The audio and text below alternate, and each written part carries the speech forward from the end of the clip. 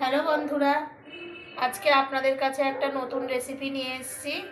সেটা হচ্ছে খুব সহজ পদ্ধতিতে আর খুব সুন্দরভাবে এই যে বাঁধাকপির চচ্চড়ি।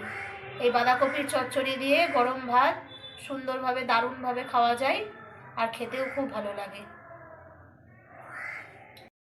বাঁধাকপির চচ্চড়ি খাওয়ার জন্য আমি এখানে বাঁধাকপি, বেগুন, শিম, আলু, পেঁয়াজ, ওলকপি আর কটা কাঁচা লঙ্কা নিয়ে নিলাম। এবার চলুন দেখি যে আমি বাঁধাকপির চচ্চড়িটা কিভাবে বানাবো। এবার আমি বাঁধাকপিটা এরকমভাবে একটু মোটা মোটা করে কেটে নিলাম আর এদিকে সবজিগুলো সব কেটে রাখলাম। কড়াইয়ে তেল দিয়েছি, তেল গরম হয়ে গেছে। এবার আমি কটা শুকনো লঙ্কা দিলাম আর এই যে 5 ফোড়ন দিয়ে দিলাম।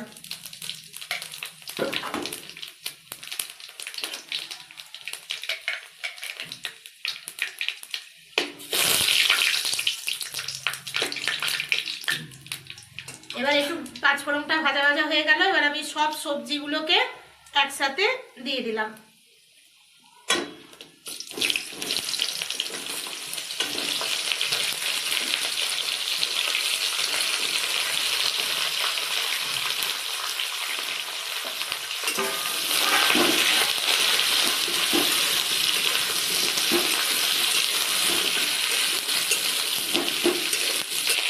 এবার কটা কাঁচা লঙ্কা দিয়ে দিলাম।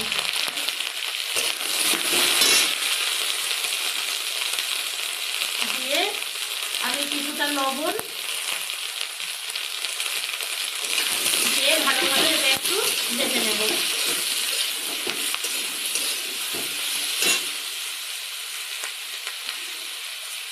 কিছু পরিমাণ হলুদও দিয়ে দিলাম।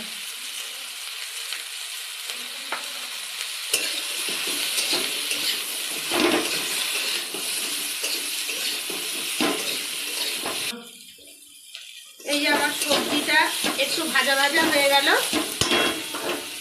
এবার আমি এর মধ্যে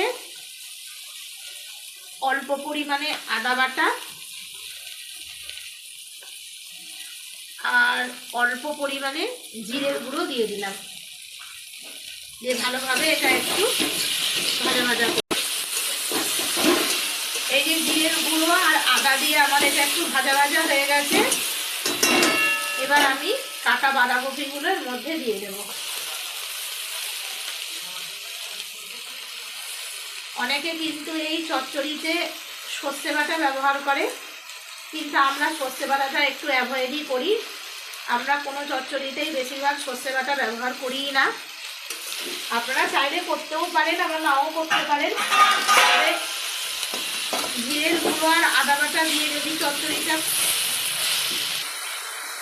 তবে আপনারা এই চচ্চড়িতে দুটোই ব্যবহার করতে পারেন। তবে আমাদের আদা জিরে বাটাটা দিয়েই চচ্চড়িটা খেতে বেশি ভালো লাগে। এবার এটা গ্যাসটা সিমে দিয়ে ভালোভাবে এটা একটু করে মশতে থাকবে। এই যে আমাদের চচ্চড়ি বাঁধাকপি প্রায় হয়ে এসেছে। এবার আমি একটু চিনি দিলাম। এই যে অল্প পরিমাণে চিনি আমি দিয়ে দিলাম। আপনারা চাইলে একটু বেশিও দিতে পারেন। চিনিটা যে যেমন আর কি খায়, মিষ্টির পরিমাণটা আমরা তো একদমই অল্প খাই। আবার কোনো কোনো সবজিটা আমরা একদমই দিই না।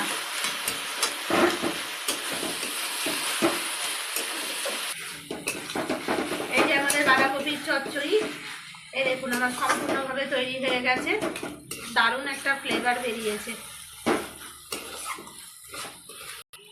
এটা গ্যাসটা সিমে দিয়ে দিয়ে ভালোভাবে শুকনো শুকনো করতে হবে, যেন একটুও জল না থাকে, নাহলে কিন্তু কাঁচা কাঁচা একটা গন্ধ আসবে।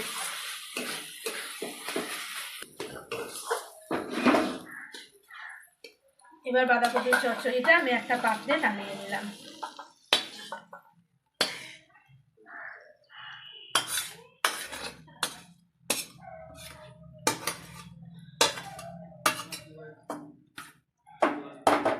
এই যে আমার বাঁধাকপির চচ্চড়ি সম্পূর্ণভাবে তৈরি হয়ে গেছে।